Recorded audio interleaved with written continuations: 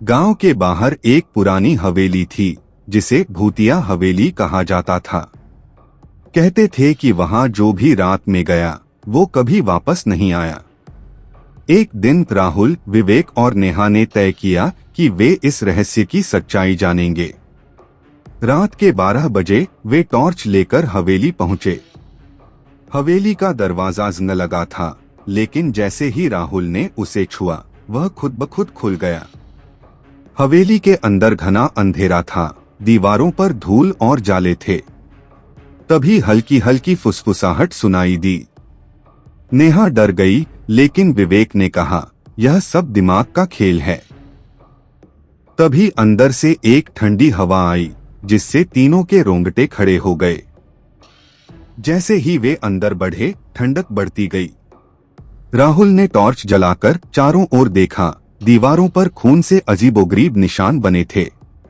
तभी अचानक एक जोरदार दरवाजा बंद होने की आवाज आई।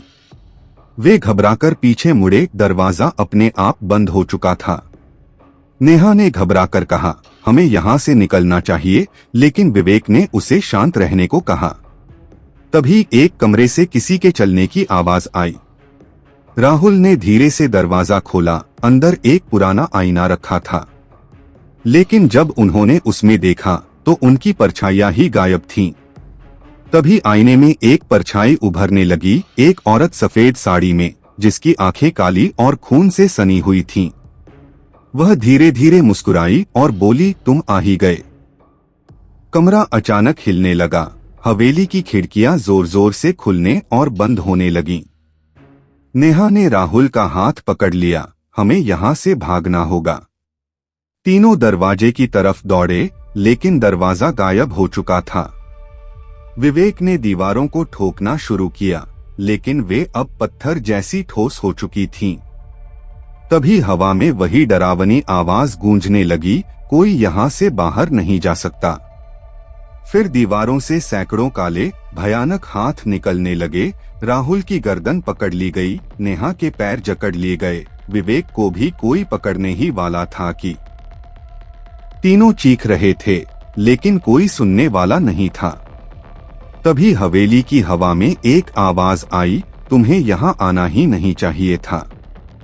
राहुल ने साहस जुटाकर पूछा, तुम कौन हो?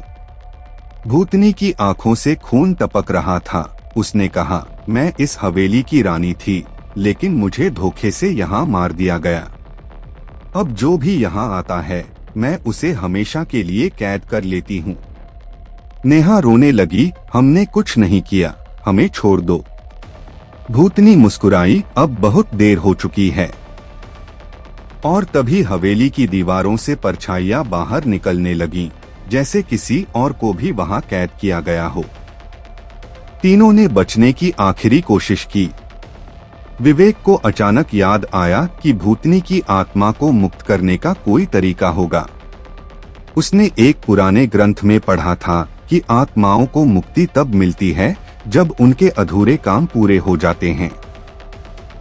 राहुल ने पूछा, तुम्हारी आत्मा को क्या चाहिए? भूतनी रोते हुए बोली, मुझे इंसाफ चाहिए। जिसने मुझे मारा उसे दुनिया याद करे। राहुल ने वादा किया कि वे उसकी कहानी सबको बताएंगे। अचानक हवेली हिलने लगी, दरवाजा वापस आ गया।